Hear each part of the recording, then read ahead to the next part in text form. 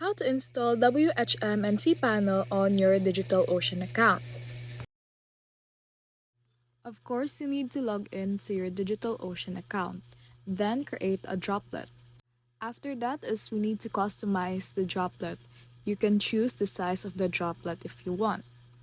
You can also select additional options. Then, make sure your hostname is hostname.yourdomain.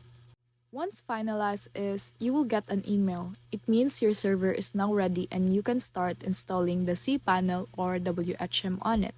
You need to take note the following things in the mail. Its droplet name, IP address, username, and password. And just like that, you're ready to go. You have already installed your WHM and cPanel on DigitalOcean. That's all. Thank you for watching.